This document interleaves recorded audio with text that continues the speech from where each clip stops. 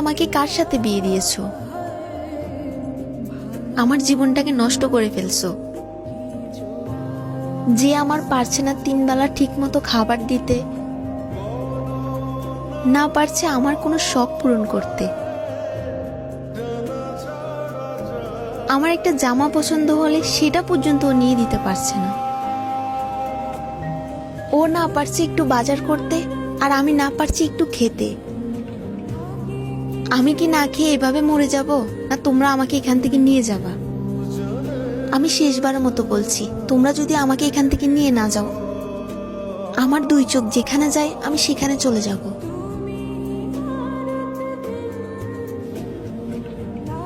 কার call ছিল? আম্মুর call ছিল। ও আচ্ছা, তোমাকে এত চিন্তিত লাগছে কেন? তোমার কি কিছু লাগবে? কি লাগবে আমাকে বলো, আমি তোমার জন্য নিয়ে আসব।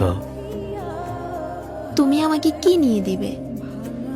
তুমি তো আমার 3 বেলা খাবারের টাকাটাই জোগাড় করতে পারো না। তুমি কি আমার কখনো শখ পূরণ করতে পারবে? তোমার তো ওই সাধ্যটাই নেই। ও আচ্ছা, আমার সাথে থাকতে মনে হয় তোমার সমস্যা হচ্ছে, তাই না? তুমি কি বুঝতেছো না যে আমি তোমার সাথে থাকতে চাই না? কিভাবে তোমার সাথে থাকবো বলো? তোমার পোশাক আশাক দেখেছো? তোমাকে নিয়ে আমার বান্ধবীরা হাসাহাসি করে। না আছে তোমার টাকা পয়সা, আর না আছে তোমার চলাফেরার সৌন্দর্য। তোমাকে নিয়ে আমি কোথাও বের হতে পারি না।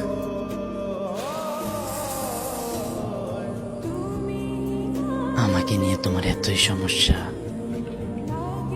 তুমি আমাকেই বললেই পারতে।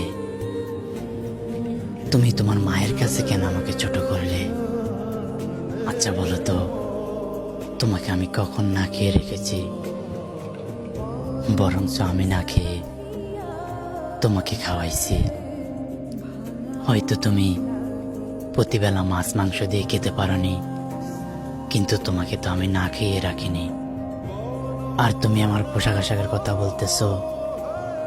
আমি যদি একটা ভালো পোশাক পরি, তোমাকে একটা ভালো পোশাক পরাতে পারবো না, সেটা ভেবে আমি কখনো একটা ভালো পোশাক পরিনি। আর টাকা পয়সা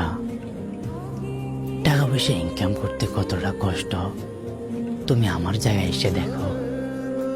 তুমি যে জামাটা 5,000 টাকা দিয়ে নিয়ে নিচ্ছ, ওই 5,000 টাকা ইনকাম করতে কতটা কষ্ট হয় একটা পুরুষই জানে। আচ্ছা একটা কথা বলবা, একটা পুরুষ সবকিছু বিসর্জন দিয়ে একটা নারীর মুখে হাসি ফোটাতে চায়, নিজের স্বপ্ন পূরণ না করে তাদের স্বপ্ন পূরণ করতে চায়, নিজের সব শখ বিসর্জন দিয়ে তাদের শখ পূরণ করতে চায়। তাও কেন সবশেষে নারীরা বলে যে তুমি কোনো আমার শখই পূরণ করো না? আমি জানি না কি করলে তোমাদের মন পাওয়া যাবে।